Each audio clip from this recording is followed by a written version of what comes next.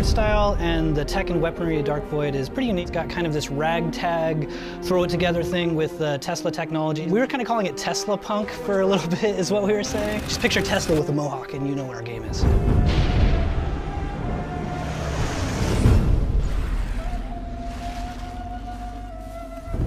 We've got sort of two different factions in this world. One of them is human-based. Then there's this super advanced civilization. So we've got weapons and technology that's just really based in late 1930s technology versus this super advanced stuff. What's fun in the game is, as Will, you get to pick up all this cool Tesla stuff, which is grungy, clunky, chunky, but awesome, and then also have access to this like clean alien stuff. Tesla's able to take a lot of this technology and expand upon it, use his own ingenuity to really, make it usable for humans. The jetpack is pretty much Tesla's, it's the pinnacle of his creation since his time in the Void. It starts out with more of a hover pack and then it evolves into a rocket pack.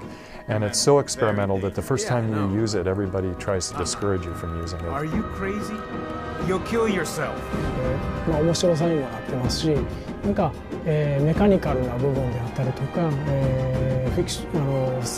サイエンスフィクションの部分とかですね、そういう部分がすごく面白いのかなっていうふうに、それがやっぱダークボイドの空飛ぶ違いだと思いますね。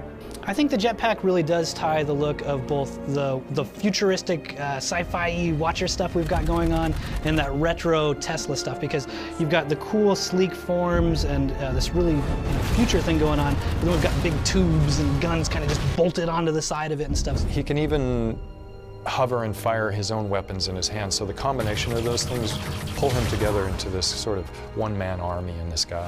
I think it's the perfect fusion and probably one of the most iconic pieces of tech that you see in the game. Will's able to carry 2 weapons at a time, so if certain weapon combos open up certain fun events. So for example, we'll say Will is under fire by about 4 guys.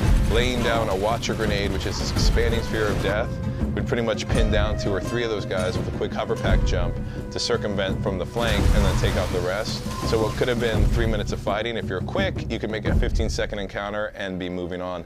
Finding these fun combos, I think is going to be pretty fun for people. My favorite weapon is the disintegrator gun. Shoot once, keep moving. It's a very powerful gun. It'll take out some enemies with 1 shot. I like the Magnetar a lot. It's kind of got this anti-gravity thing going on, so it's like bubble bobble but different, where you can kind of zap the guys and they'll float up in the air and they're there kind of flailing around, and I think that stuff's pretty fun.